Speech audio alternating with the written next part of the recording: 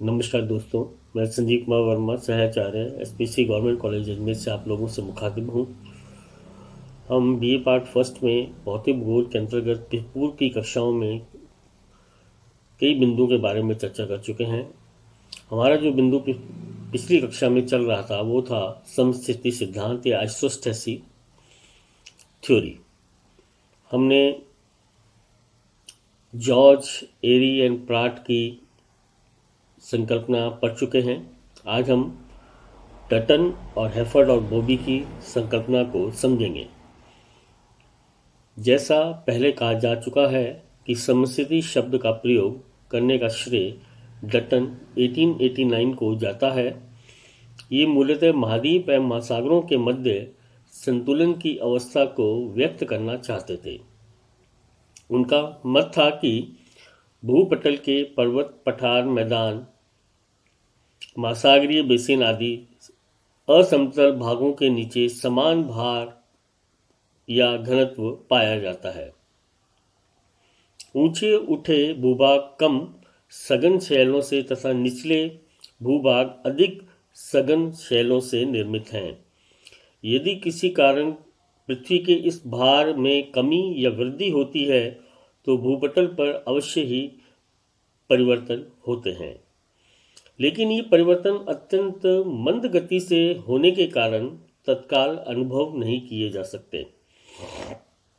समस्थिति की प्रक्रिया को स्पष्ट करने के लिए डटन ने भूगर्भ में एक ऐसे तल की कल्पना की जिस पर ऊंचे उठे भाग एवं नीचे धंसे भागों का दाब समान रहता है।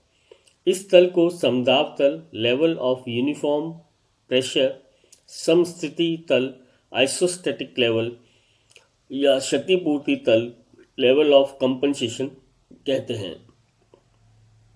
डटन मूलतः प्राट के अनुयायी थे। उन्होंने बताया कि भूपटल पर ऊंचे भाग कम घनत्व के होते हैं तथा निम्न भाग अधिक घनत्व के होते हैं।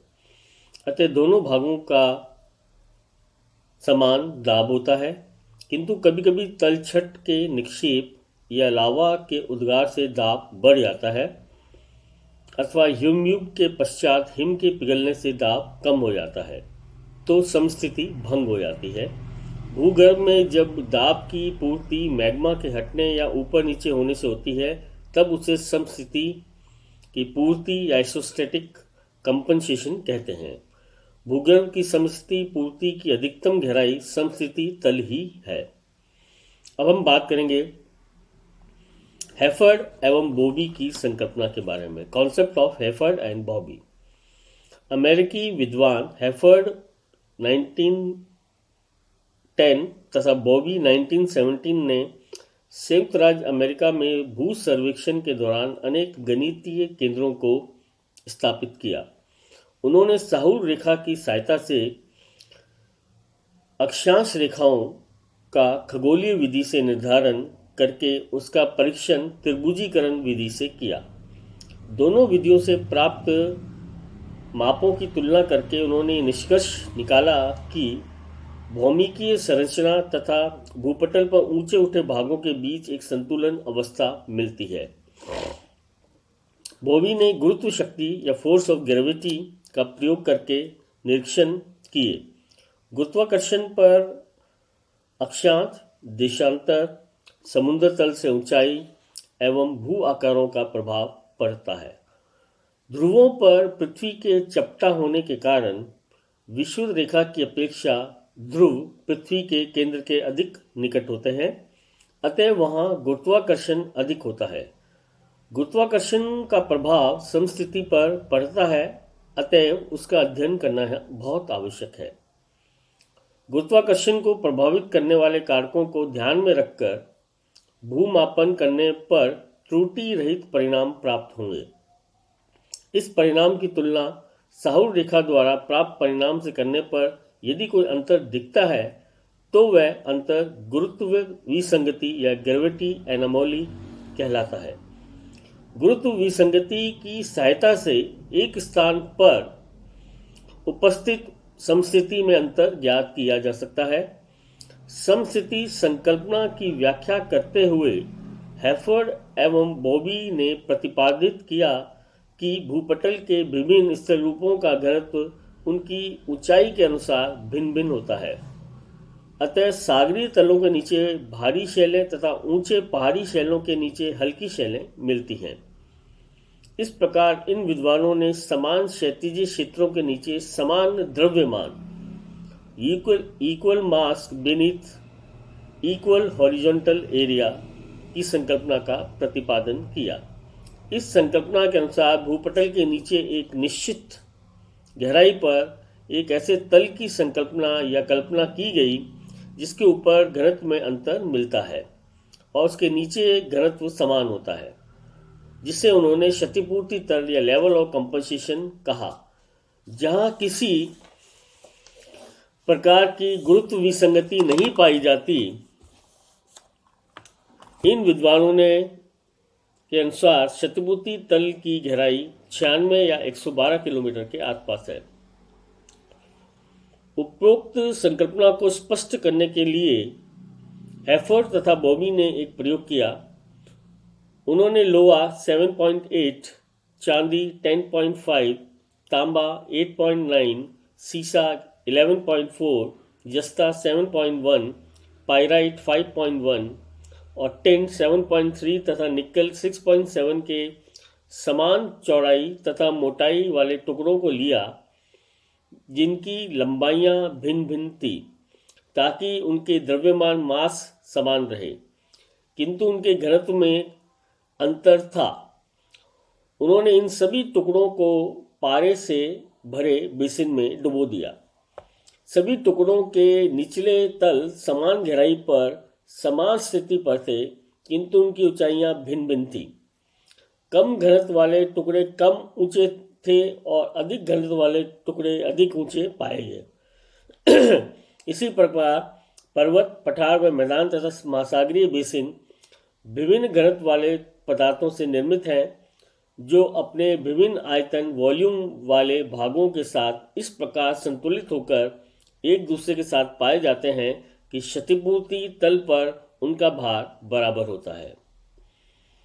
पृथ्वी के अभ्यंतर की दशाओं का प्रत्यक्ष ज्ञान संभव नहीं है, अतएव अनेक वैकल्पिक दशाएं मिलती हैं जो संतुलन हेतु आवश्यक वातावरण उत्पन्न करने में सहायक होती हैं, किंतु इसके निश्चित प्रमाण हैं कि घनत्व परिवर्तन एक निश्चित गहराई तक होता है। वुलरिज एम मॉर्गन के अनुसार यदि इस असमानता का कारण धरातल के नीचे 2560 किलोमीटर तक पाया जाता हो तो उसका प्रभाव 300 वर्ग मील क्षेत्र के ऊपर समान रूप से परिलक्षित होता है। ऐसे प्रमाण पृथ्वी पर दिखाई नहीं देते, अतएव ऐसा निष्कर्ष निकलता है कि गुरुत्व के मान या वैल्यूज ऑफ ग्रेविटी तथा साहुल रेखा या उसकी दिशा या भूसंतुलन को प्रभावित करने वाले कारणों का अस्तित्व पृथ्वी की क्रस्ट भूपटल में होता है। संयुक्त राज्य अमेरिका में किए गए निरीक्षणों के आधार पर हैफोर्ड के अनुसार यदि क्षतिपूर्ति तल 100 किलोमीटर से कुछ अधिक मान लिया जाए तो गुरुत्व विसंगति अपने पूर्व मूल्य मान की तुलना में लगभग समान होगी।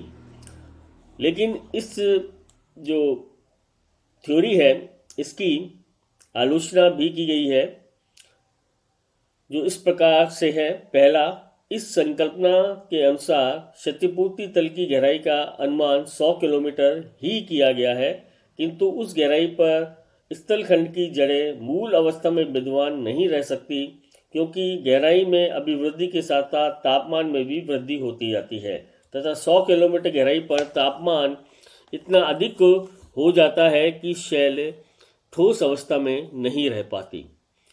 दूसरा, 100 किलोमीटर की गहराई पर किसी क्षतिपूर्ति तल के अस्तित्व की संभावना ही स्वयं में भ्रामक है, क्योंकि पृथ्वी के अभ्यंतर में भू संचलनों की इतनी अधिक घटनाएं होती हैं कि इस तल का स्थायित्व संभव नहीं है।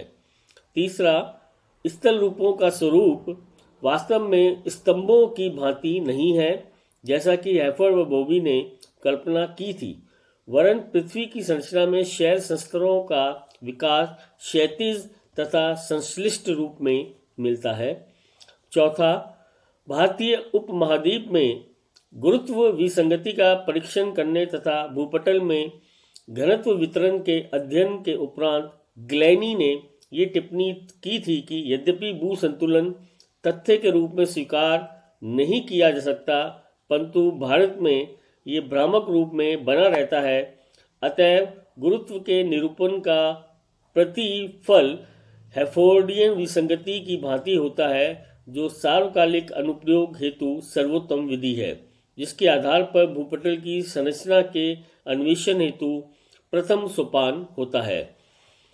पांचवा, ग्लैनी की भांति हंटर ने 1932 में हैफोर्ड की संकल्पना का जो आलोचक थे, उन्होंने जोर देकर कहा कि हैफोर्डियन क्षतिपूर्ति के संदर्भ में भू संतुलन अनुचित तथा भ्रामक है, अतएव इसे त्याग देना चाहिए।